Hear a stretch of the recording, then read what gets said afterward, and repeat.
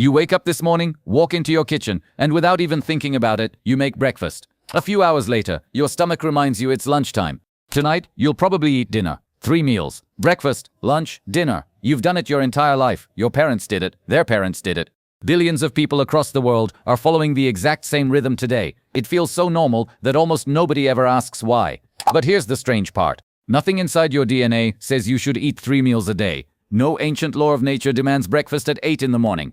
No biological clock rings at noon and announces it's time for lunch. Your body never evolved with a schedule printed inside it. So who decided that humans should eat this way? And perhaps an even stranger question. What did your ancestors do before breakfast even existed? Because for almost all of human history, breakfast wasn't a thing. Lunch wasn't a thing. Dinner wasn't even called dinner. For hundreds of thousands of years, people ate whenever survival allowed it.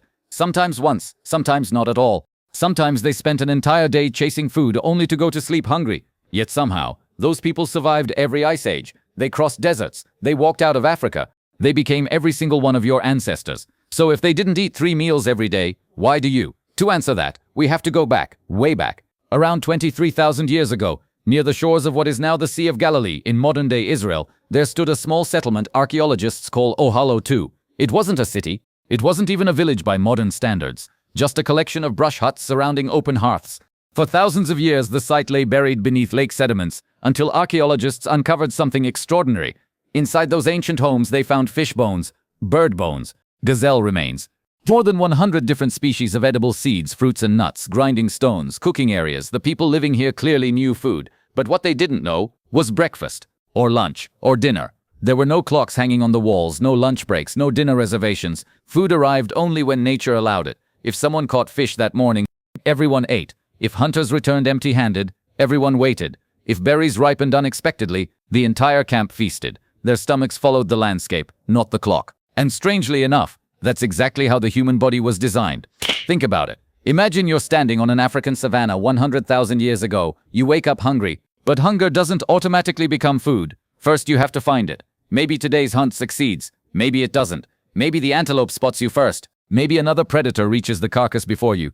Maybe the fruit trees you've relied on all season are suddenly empty. Every meal depends on uncertainty. Your ancestors couldn't simply open a refrigerator. Nature decided the menu. Nature decided the timing. Nature decided whether today was a feast or another lesson in patience. This unpredictability shaped the human body in remarkable ways. Inside you is an entire metabolic system built specifically for surviving periods without food. When you stop eating for several hours, your body doesn't panic. It changes fuel. Stored glycogen begins to disappear. Fat starts breaking down. Your liver produces molecules called ketones, which your brain can burn remarkably well. That ability didn't appear by accident. It appeared because your ancestors constantly experienced gaps between meals. A human who became weak after missing breakfast would never have survived long enough to have children. The people who passed on their genes were the ones whose bodies stayed sharp while hungry. Hunger wasn't an emergency, it was normal, which makes modern life strangely unusual. Today, food surrounds you almost every waking moment. Walk through any city and you'll pass cafes, restaurants, supermarkets, vending machines, and convenience stores. You can eat every hour if you choose. For nearly every other species on Earth, including ancient humans, that would have sounded absurd. Anthropologists studying modern hunter-gatherer societies continue to see echoes of this older way of living. The Hadza of Tanzania, the San of Southern Africa, the Martu people of Australia. Although each culture is unique, researchers repeatedly observe the same pattern. Food availability determines eating, not the clock. Some days involve large communal meals, others involve very little. The body adapts, it always has, which raises another question. If humans naturally ate whenever food appeared, when did eating become organized? The answer begins with one of the biggest revolutions in human history, agriculture. Roughly 10,000 years ago, something remarkable happened across the Fertile Crescent. Instead of chasing wild plants, humans began growing them. Instead of following migrating animals, they started keeping them nearby. Wheat, barley, lentils, goats, sheep. For the first time, food stopped moving, and because food stayed in one place, people did too. Villages appeared. Permanent homes replaced temporary camps. Storage pits filled with grain. Clay pots preserved harvests for months. For the first time in history, humans could reasonably expect that tomorrow's food might already exist today. This changed everything. Not just civilization, not just architecture, not just population. It changed time itself. Because once food became predictable, eating slowly became predictable too. Families gathered together. Cooking became more elaborate. Meals became social events instead of lucky accidents. But here's the fascinating part.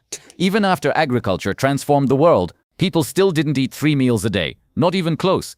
Ancient Egypt gives us one of the earliest written glimpses into daily eating. Most Egyptians ate twice. Early in the morning, they consumed bread and beer. Beer might sound unusual today, but Egyptian beer contained very little alcohol and was often safer to drink than untreated river water. Later, after the day's work was finished, families gathered for a larger evening meal. Vegetables, onions, lentils, fish if they were fortunate, sometimes meat. 2 meals, not 3. The Greeks developed something slightly different. A small morning meal, a midday meal, then an evening gathering called deipnon. But these weren't rigid appointments. People skipped them, delayed them, combined them. Meals still revolved around work, daylight, and local custom, not universal rules. Then came Rome, one of the most organized civilizations the world had ever seen. Roads, aqueducts, armies, law. Surely Rome had perfected 3 meals a day, except it hadn't. In fact, many Romans believed eating too often showed poor self-control. Respectable citizens commonly ate one substantial meal called cena. Earlier food existed, a piece of bread, olives, cheese, fruit. But these were considered light refreshments rather than formal meals. Roman philosophers frequently praised moderation. Eating constantly was associated with luxury and excess. Imagine explaining modern snacking to a Roman senator. Breakfast, coffee, mid-morning snack, lunch, afternoon snack, dinner, dessert, late-night ice cream. They probably would have assumed civilization had collapsed. And in some ways, the idea of eating all day would have seemed just as strange to ancient humans as hunting mammoths seems to us. Because meals have never simply been about biology. They've always reflected society, religion, economics, technology, and above all, time. For most of history, humans measured time by the sun. Sunrise meant work. Sunset meant rest. There were no synchronized clocks connecting entire countries. No factory whistles. No office schedules. Every village lived according to daylight. But history was quietly moving towards something completely different. Something that would eventually tell billions of people exactly when to wake up, exactly when to work, exactly when to eat, and it would transform one of humanity's oldest survival behaviors into the routine you still follow today. That transformation began not in a kitchen, but inside ships sailing across dangerous oceans. The transformation didn't happen overnight. There wasn't a king who declared that everyone should eat breakfast. There wasn't a scientist who discovered that humans needed exactly 3 meals. Instead, it happened slowly, one generation at a time, one new invention after another. And strangely enough, some of the first people to truly standardize daily meals weren't farmers. They were sailors. Picture yourself aboard a British naval ship sometime during the 1500s. You've been at sea for weeks. The ocean stretches endlessly in every direction. Every day follows the same routine, the same watch shifts, the same duties, the same exhausting physical labor. Out here, unpredictability isn't just inconvenient, it's dangerous. If sailors ate whenever they felt hungry, the entire rhythm of the ship would collapse. Crews needed order, so meals became part of the schedule. Breakfast, a larger meal during the day, another meal before nightfall. Not because anyone believed 3 meals were biologically perfect, but because discipline kept ships alive. The meal schedule fit the work schedule, and that simple idea would eventually spread far beyond the sea. Then history accelerated. Around the late 18th century, Britain entered the Industrial Revolution. Factories appeared almost everywhere. Thousands of people who had spent generations working farms suddenly found themselves inside enormous brick buildings filled with machines. Life changed in ways previous generations could barely imagine. Before factories, a farmer might stop working whenever rain arrived, whenever the animals needed attention, whenever daylight changed. Factory workers couldn't. The machines never cared whether you were hungry. The whistle decided when work started. The whistle decided when work ended. And the whistle decided when you were allowed to eat. Think about how strange that really is. For hundreds of thousands of years, human hunger determined eating. Now, a machine determined eating. Breakfast happened before work. Lunch happened during the scheduled break. Dinner happened after the shift ended. Not because biology demanded it, because factory production demanded it. Entire cities slowly synchronized around this pattern. Schools copied it, businesses copied it, railroads copied it, military organizations copied it. Soon millions of people were living almost identical daily routines. Wake up, eat, work, eat, sleep. For the first time in history, meals became part of the industrial machine. But breakfast still wasn't the cultural giant it is today. In medieval Europe, many people skipped it entirely. Religious traditions often discouraged eating before morning prayers. Children sometimes ate breakfast. Laborers occasionally did, but for many adults, breakfast remained small or non-existent. That changed during the 19th century. Factory workers faced shifts lasting 10 or even 12 hours. Trying to perform physically demanding labor without eating became almost impossible. A morning meal stopped being optional. It became practical. Bread, porridge, eggs, eventually bacon. The industrial world quietly promoted breakfast because productive workers required fuel before sunrise. Dinner changed too. For much of history, the largest meal had often been eaten around midday. Natural light was strongest. Cooking was easier. Families working nearby could gather together. Industrial cities disrupted all of that.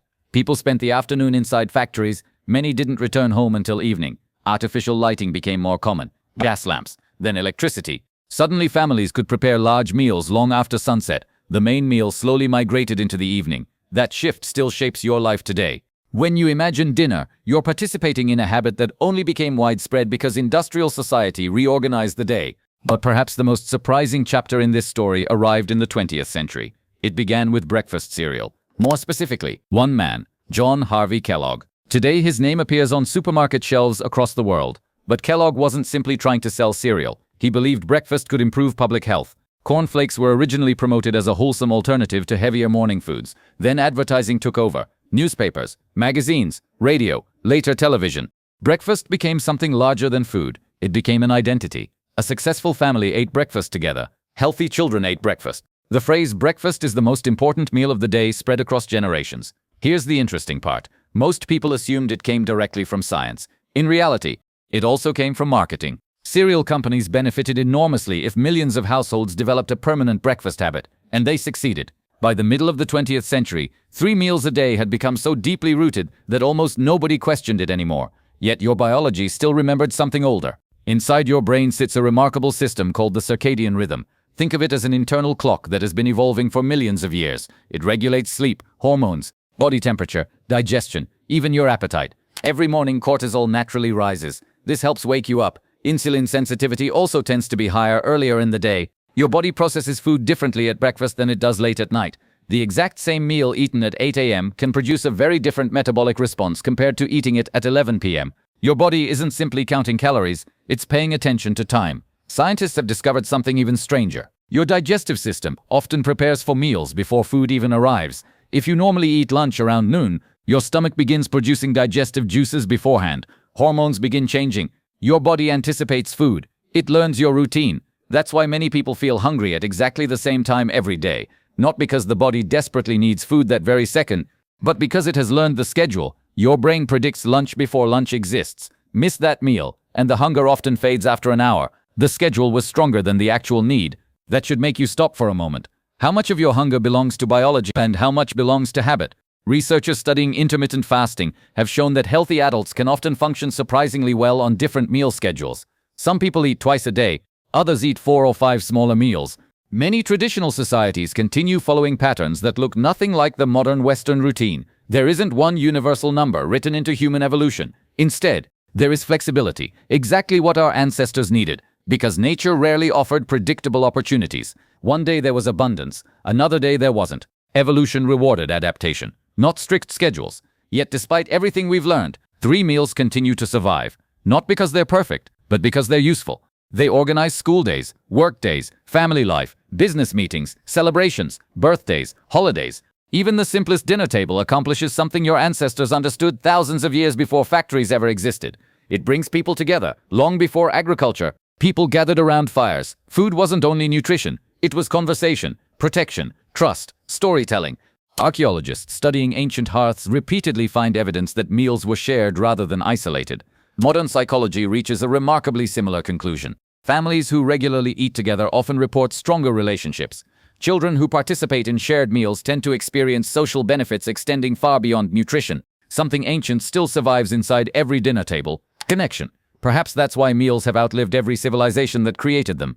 Empires disappeared, religions changed, kings vanished, factories closed, but people still gather around food, not simply because they must eat, because eating together reminds us that survival has never been an individual achievement. It has always been collective. So, why do humans eat 3 meals a day? Not because evolution demanded it, not because ancient hunter-gatherers invented it, not because Rome perfected it. We eat 3 meals because agriculture made food predictable, because sailors needed discipline, because factories needed schedules, because advertisers sold breakfast to an entire generation, because schools and workplaces organized life around clocks instead of sunlight, and because underneath every one of those changes, your body quietly adapted. Not perfectly, but remarkably well. Tomorrow morning you'll probably wake up and make breakfast again. Around noon you'll think about lunch. Tonight you'll sit down for dinner. The routine will feel completely ordinary, but now you'll know that every meal is carrying thousands of years of history. A history written not only by hunger, but by farmers, sailors, workers,